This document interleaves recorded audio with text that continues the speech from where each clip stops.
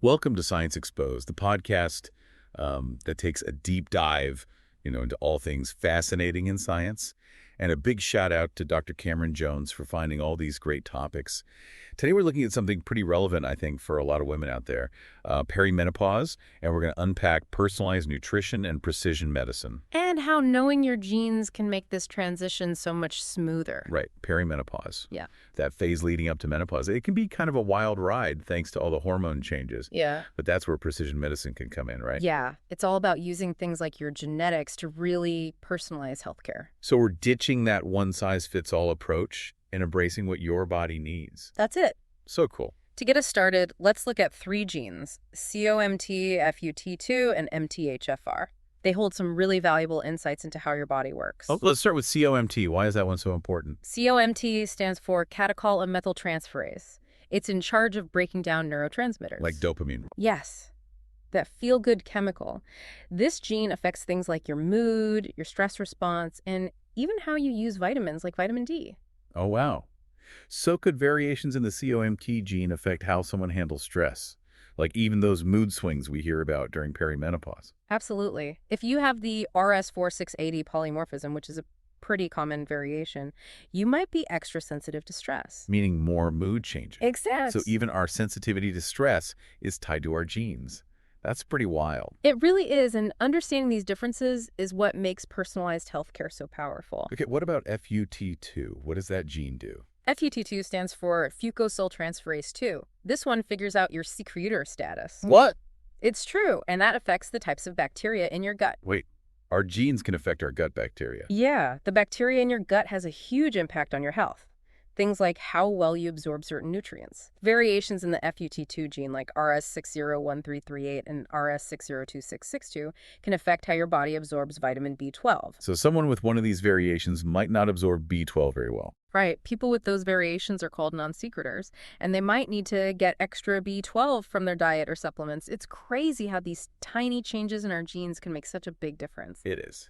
Okay, and lastly, we have the MTHFR gene. What's up with that one? MTHFR stands for methylene tetrahydrofolate reductase.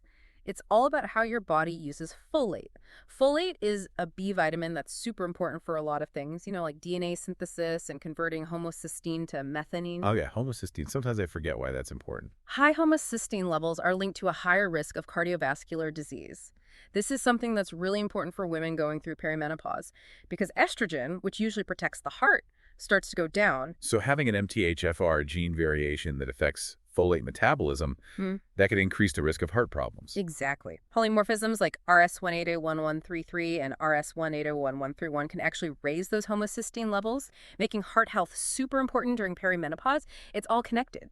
This has given me so much to think about. Before we go any further, remember to like and share and subscribe to Science Exposed and check out the show notes for more resources. We're just getting started with this topic. Stay tuned for more on personalized nutrition and how it can help you thrive during perimenopause. Okay, back to these genes. We've talked about the variations.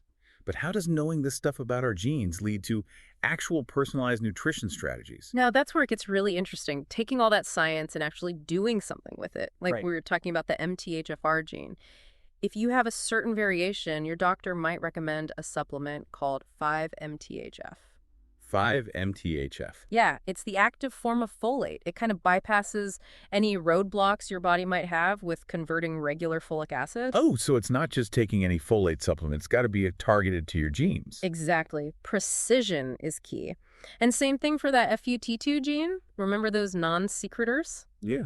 Well, if you have those variations, your gut might need some help to better absorb nutrients. So like probiotics and prebiotics. Right. Even antioxidants. Like if you have a certain COMT gene variation, you might benefit from upping your intake of polyphenols. Polyphenols. Those are powerful antioxidants found in berries and green tea.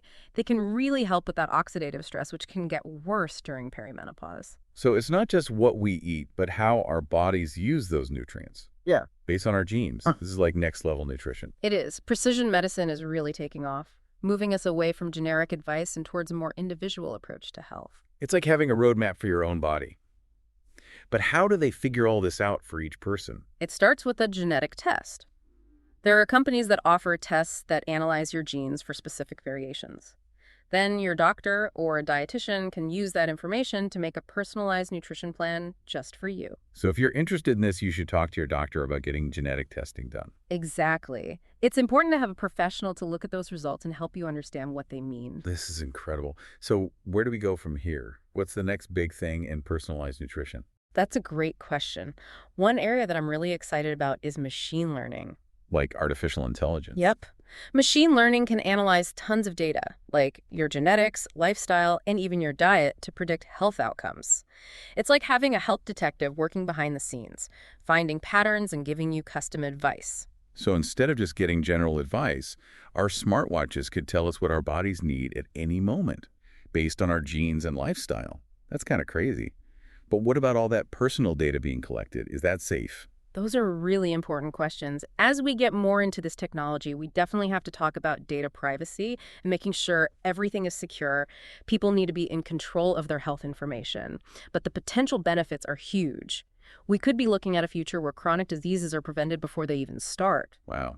It seems like healthcare is changing so fast. Yeah. This has been a really fascinating look at personalized nutrition and precision medicine.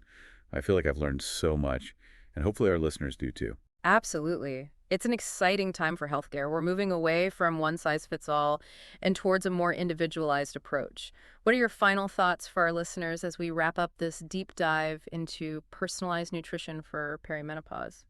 I think the biggest thing is knowledge is power. If you're curious about this stuff, talk to your doctor. You can learn so much about how your genes affect your health, especially during times like perimenopause, when your body's going through all these changes. Right, working with our bodies and not against them. Exactly. And personalized nutrition, it's a powerful tool, but it's not magic. You still need to take care of yourself. Eat a balanced diet, exercise regularly, manage your stress, all that good stuff. It's like personalized nutrition helps you make the best choices for your body based on your genes. Exactly. It's all about empowerment. So you mentioned before that machine learning is changing things.